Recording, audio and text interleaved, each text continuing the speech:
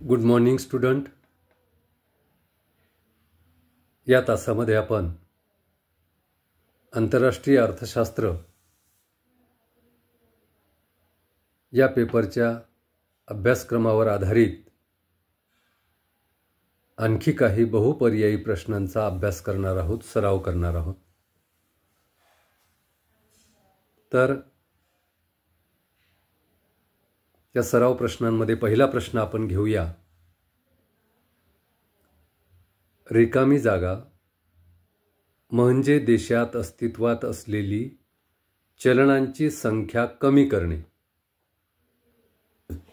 Dash dash dash किंवा रिकामी जागा म्हणजे देशात अस्तित्वात असलेली चलनांची संख्या कमी करणे.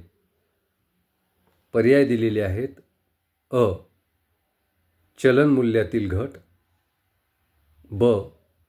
चलन घट, क. अवमूल्यन आणि ड. अतिवमूल्यन. तर पहा, 4 पर्याय आहेत तुमच्या समोर. चलन मूल्यातील घट, चलन घट, अवमूल्यन, अतिवमूल्यन. आणि वर प्रश्न असा दिलेला आहे, रिकामी जागा. तर रिकाम्या जागेतला योग्य पर्याय आपल्याला निवडायचा आहे. रिकामी जागा म्हणजे देशात अस्तित्वात असलेली चलनांची संख्या कमी करणे. म्हणजे देशात अस्तित्वात असलेली चलनांची संख्या कमी करणे याला काय म्हणतात हे आपल्याला त्या रिकाम्या जागेत लिहायचं. योग्य पर्याय निवडून लिहायचे. तर पहिला पर्याय आहे चलन मूल्यातील घट, ब. चलन घट, क. अवमूल्यन आणि ड. अतिवमूल्यन. तर पहा, यामध्ये रिकामी जागा म्हणजे देशात अस्तित्वात असलेली चलनांची संख्या कमी करणे. तर चलन मूल्यातील घट जेव्हा होते तेव्हा चलनाची संख्या कमी करण्याची गरज नसते, म्हणून अपर्याय नाही. त्यानंतर ब पर्याय आहे चलन घट. तर ब पर्याय चलन घट. तर चलन घटीमध्ये त्या ठिकाणी देशात अस्तित्वात असलेली चलनांची संख्या कमी केली जाते, म्हणून ब पर्याय बरोबर आहे. योग्य उत्तर आहे चलन घट म्हणजे देशात अस्तित्वात असलेली चलनांची संख्या कमी करणे होय. म्हणून ब. चलन घट हा पर्याय त्या ठिकाणी योग्य पर्याय आहे. क पर्याय होता अवमूल्यन. अवमूल्यनामध्ये सुद्धा चलनाची संख्या घटवली जात नाही, कमी केली जात नाही. आणि अतिवमूल्यनामध्ये सुद्धा चलनाची संख्या कमी केली जात नाही. म्हणून या प्रश्नाचं योग्य उत्तर आहे ब. चलन घट. अ पर्यायसुद्धा बरोबर नाही, क पर्यायसुद्धा बरोबर नाही, ड पर्यायसुद्धा बरोबर नाही. तर बरोबर योग्य पर्याय आहे ब. चलन घट. त्यानंतर पुढचा प्रश्न घेऊया आपण. रिकामी जागा म्हणजे देशातील दृश्य वस्तूंच्या आयात व निर्यात मूल्याचा ताळेबंद होय. पहा, प्रश्न काय आहे. सुरुवातीला रिकामी जागा म्हणजे देशातील दृश्य वस्तूंच्या आयात व निर्यात मूल्याचा ताळेबंद होय. आता फक्त दृश्य वस्तूंच्या आयात मूल्याचा ताळेबंद कोणत्या संकल्पनेमध्ये येतो त्याचा पर्याय दिलेले आहेत. अ. व्यवहारशेष, ब. व्यापारशेष, क. अनुकूल व्यापारशेष, ड. प्रतिकूल व्यापारशेष. तर यापैकी कोणता पर्याय योग्य आहे. रिकामी जागा म्हणजे देशातील दृश्य वस्तूंच्या आयात व निर्यात मूल्याचा ताळेबंद होय. अ. व्यवहारशेष हे आहे का योग्य. तर व्यवहारशेषामध्ये केवळ दृश्य वस्तूंच्या आयात निर्यातीचा ताळेबंद समाविष्ट नसतो, त्याच्यात दृश्य व अदृश्य दोन्ही असतो. म्हणून अपर्याय हा या ठिकाणी योग्य पर्याय नाही. ब पर्याय व्यापारशेष. ब पर्याय योग्य आहे का. तर ब पर्याय योग्य आहे, कारण व्यापारशेष म्हणजे देशातील दृश्य वस्तूंच्या आयात व निर्यात मूल्याचा ताळेबंद होय. म्हणून व्यापारशेष हा योग्य पर्याय आहे. क. अनुकूल व्यापारशेष, ड प्रतिकूल व्यापारशेष. तर क आणि ड पर्यायसुद्धा हे अयोग्य आहेत, योग्य नाहीत. क आणि ड हे अयोग्य पर्याय आहेत. तर ब पर्याय योग्य पर्याय आहे, व्यापारशेष. ओके, पुढचा प्रश्न घेऊया. नीट प्रश्न ऐकून घ्या. जेव्हा विशिष्ट कालावधीत एखाद्या देशातील दृश्य वस्तूंच्या निर्यातीचे मूल्य हे त्या देशातील दृश्य वस्तूच्या आयातीच्या मूल्यापेक्षा अधिक असते, तेव्हा त्यास रिकामी जागा असे म्हणतात. पर्याय आहेत अ व्यवहारशेष, ब व्यापारशेष, क अनुकूल व्यापारशेष, ड प्रतिकूल व्यापारशेष. प्रश्न पुन्हा एकदा नीट समजून घ्या. आयात आणि निर्यात मूल्याची तुलना केलेली आहे. आयातीचं मूल्य आणि निर्यातीचं मूल्य. आयातीचं मूल्य किती आहे आणि निर्यातीचं मूल्य किती आहे यांची तुलना करून अनुकूल व्यापारशेष आहे की प्रतिकूल व्यापारशेष आहे हे आपल्याला सांगता येतं किंवा सांगितलं जातं. तर या ठिकाणी आयातीचं मूल्य काय, निर्यातीचं मूल्य काय हे आपल्याला लक्षात घ्यायचं. आणि आयातीचं मूल्य निर्यातीच्या मूल्यापेक्षा जास्त असेल तर व्यापारशेष हा प्रतिकूल असतो. आणि आयातीचं मूल्य हे निर्यात मूल्यापेक्षा कमी असेल तर व्यापारशेष हा अनुकूल असतो. म्हणून या ठिकाणी काय विचारलंय ते आपण पाहूया आणि त्यानुसार योग्य पर्याय आपण निवडूया. पुन्हा एकदा प्रश्न सांगतो. जेव्हा विशिष्ट कालावधीत एखाद्या देशातील दृश्य वस्तूंच्या निर्यातीचे मूल्य हे त्या देशातील दृश्य वस्तूंच्या आयातीच्या मूल्यापेक्षा अधिक असते, तेव्हा त्यास रिकामी जागा असे म्हणतात. आता पहिल्यांदा एक प्रश्न लक्षात घ्या की तर दृश्य वस्तूच्या आयात निर्यातीचं मूल्य विचारात घेतलं म्हणजे हा प्रश्न व्यापार शेषाशी संबंधित आहे, व्यवहार शेषाशी संबंधित नाही. मग आता योग्य पर्याय कोणता ते पाहूया. जेव्हा विशिष्ट कालावधीत एखाद्या देशातील दृश्य वस्तूच्या निर्यातीचे मूल्य हे त्या देशातील दृश्य वस्तूंच्या आयातीच्या मूल्यापेक्षा अधिक असते, तेव्हा त्यास अनुकूल व्यापारशेष असे म्हणतात. कारण इथं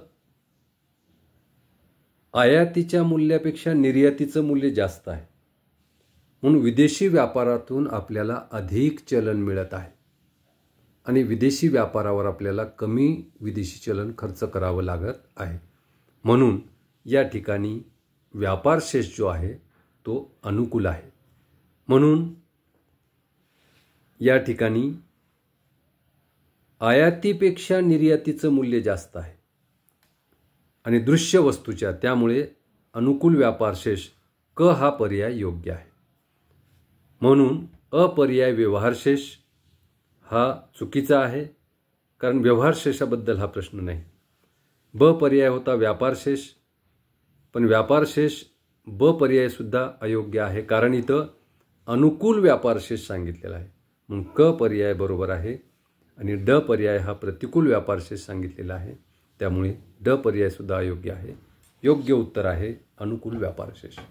ओके, पुढचा प्रश्न. आता या प्रश्नाच्या विरुद्ध प्रश्न पुढचा प्रश्न आहे. पहा, प्रश्न नीट ऐका.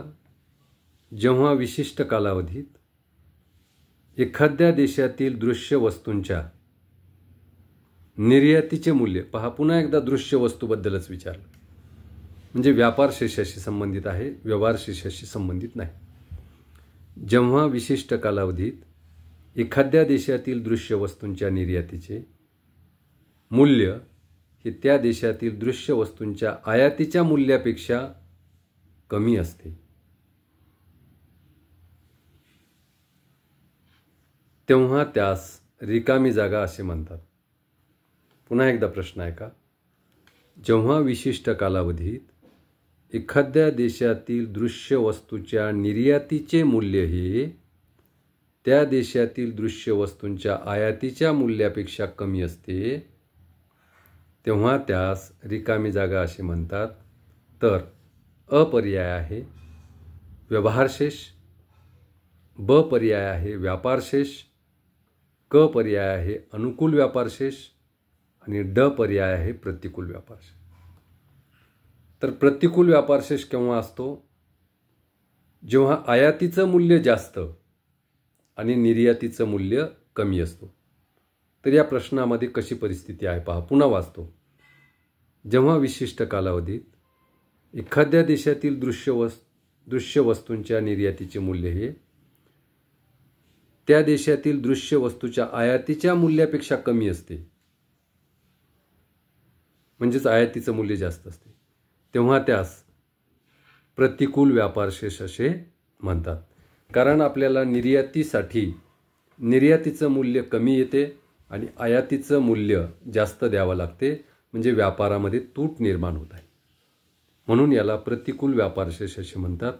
म्हणून अ पर्याय व्यवहारशेष हा अयोग्य आहे. ब पर्याय व्यापारशेष हा सुद्धा अयोग्य आहे. क पर्याय अनुकूल व्यापारशेष हा सुद्धा पर्याय अयोग्य आहे. कारण इथं अनुकूल व्यापारशेष नाही, तर इथं प्रतिकूल व्यापारशेष आहे.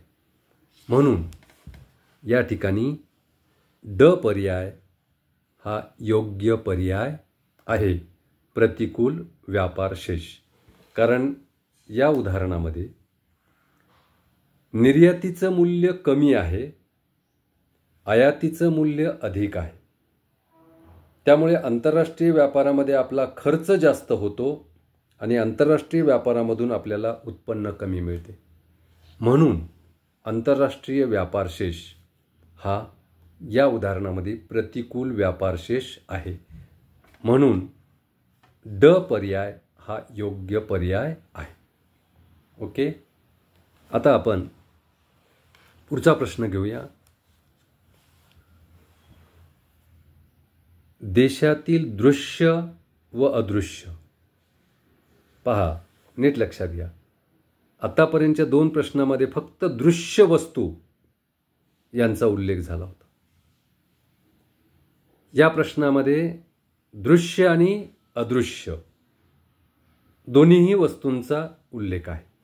म्हणून ही संकल्पना कोणत्या संकल्पनेशी, म्हणून ही वस्तुस्थिती, ही आंतरराष्ट्रीय व्यापाराची वस्तुस्थिती कोणत्या संकल्पनेशी संबंधित आहे हे आपल्याला लक्षात घ्यावं लागेल.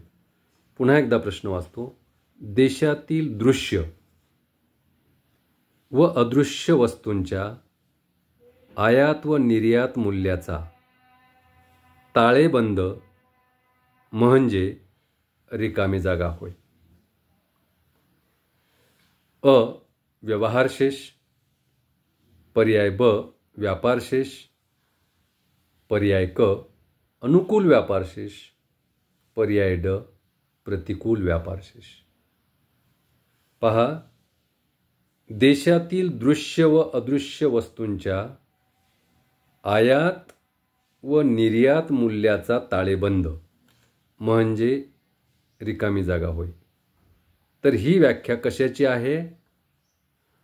व्यवहारशेषाची आहे का, व्यापारशेषाची आहे का, अनुकूल व्यापारशेष का प्रतिकूल व्यापारशेष? तर पहा, हे वाक्य किंवा ही व्याख्या व्यापारशेषाशी संबंधित नाहीच. कारण यामध्ये दृश्य आणि अदृश्य वस्तूंचा समावेश आहे. व्यापारशेषामध्ये फक्त दृश्य वस्तूंचा समावेश असतो. या ठिकाणी दृश्य आणि अदृश्य वस्तूचा समावेश आहे. म्हणून ही संकल्पना व्यापारशेषाशी संबंधित नाही. म्हणून पर्याय ब जो आहे व्यापारशेष हा अयोग्य आहे. त्यानंतर क अनुकूल व्यापारशेष पुन्हा व्यापारशेषाशी संबंधित आहे, म्हणून क पर्याय सुद्धा चुकीचा आहे. त्यानंतर ड पर्याय तो सुद्धा व्यापारशेषाशी संबंधित आहे, प्रतिकूल व्यापारशेष, म्हणून तो पर्याय सुद्धा योग्य नाही. म्हणून ही संकल्पना पर्याय अ व्यवहार शेषाशी संबंधित आहे किंवा ती व्यवहार शेषाशी संबंधित आहे, व्यवहार शेषाची संकल्पना आहे. त्यामुळे पर्याय अ हा योग्य पर्याय आहे. तर देशातील दृश्य व अदृश्य वस्तूंच्या देशातील दृश्य व अदृश्य वस्तूंच्या आयात व निर्यात मूल्याचा ताळेबंद म्हणजे व्यवहार शेष होय. म्हणून या ठिकाणी पर्याय अ हा योग्य पर्याय आहे, कारण यामध्ये तुम्हाला व्यवहार शेषाची संकल्पना विचारलेली होती. म्हणून एकच पर्याय बरोबर आहे, व्यवहार शेष. तर विद्यार्थी मित्र हो, या ठिकाणी आपण थांबूया आणि पुढच्या व्हिडिओमध्ये पुन्हा काही महत्त्वाचे प्रश्न आपण अभ्यासासाठी घेऊया. धन्यवाद.